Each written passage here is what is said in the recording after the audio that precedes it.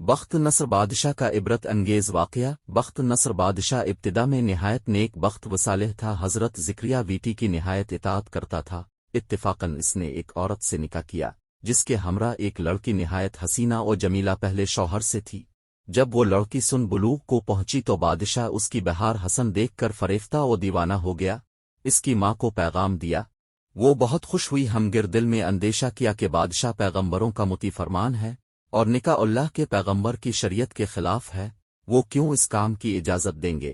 اس لیے بادشاہ سے کہا کہ تم اس کا مہر ادا نہ کر سکو گے۔ اس نے دریافت کیا کہ کتنا مہر ہے؟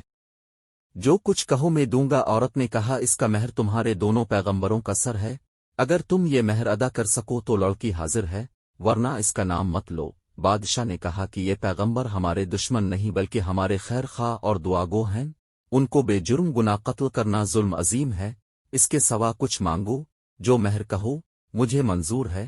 اس نے کہا اس کے سوا کوئی مہر نہیں ہے۔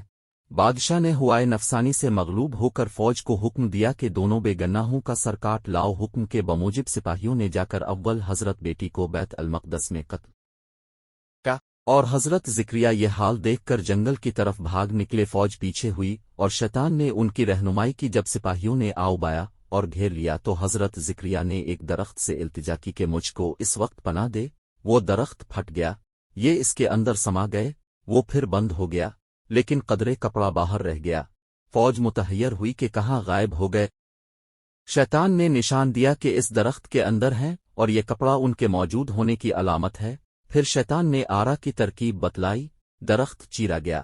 جب نوبت آرا کی سر تک پہنچی تو حضرت کیٹی نے سکی بھری حکم الہی نازل ہوا، اگراف کرو گے تو پیغمبری سے خارج کر دیے جاؤ گے۔ تم نے غیر سے کیوں پناہ مانگی؟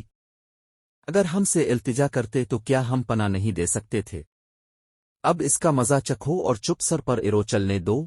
غرضے کے سر سے پاؤں تک جسم چیرا گیا اور حضرت زکریا نے دم نہ مارا۔ جب دونوں پیغمبر اس بے دردی سے قتل ہوئے تو غضب الہی نازل ہوا، دن تاریک ہو گیا۔ ایک بادشاہ فوج خونخوار لے کر چڑھا اور اس شہر کے باشندوں کو گرفتار کر لیا۔ حضرت کا خون بند نہ ہوتا تھا، جب قبر میں رکھتے تھے تو قبر خون سے لبریز ہو جاتی تھی۔ بادشاہ کے لشکر نے قسم کھائی کہ جب تک خون بند نہ ہوگا میں قتل سے باز نہ رہوں گا۔ ہزارہ آدمی تحقیق کر دیے لیکن خون بند نہ ہوا۔ اس وقت ایک شخص حضرت کیٹی کی لاش پر آیا اور کہا کہ تم پیغمبر ہو، ظالم! ایک خون کے بدلے میں 1000 آدمی قتل ہو چکے، اب کیا سارے جہان کو قتل کراؤ گے؟ اتنا کہنا تھا کہ خون بند ہو گیا۔ جامع دمشق میں حضرت بیٹی کی قبر ہے۔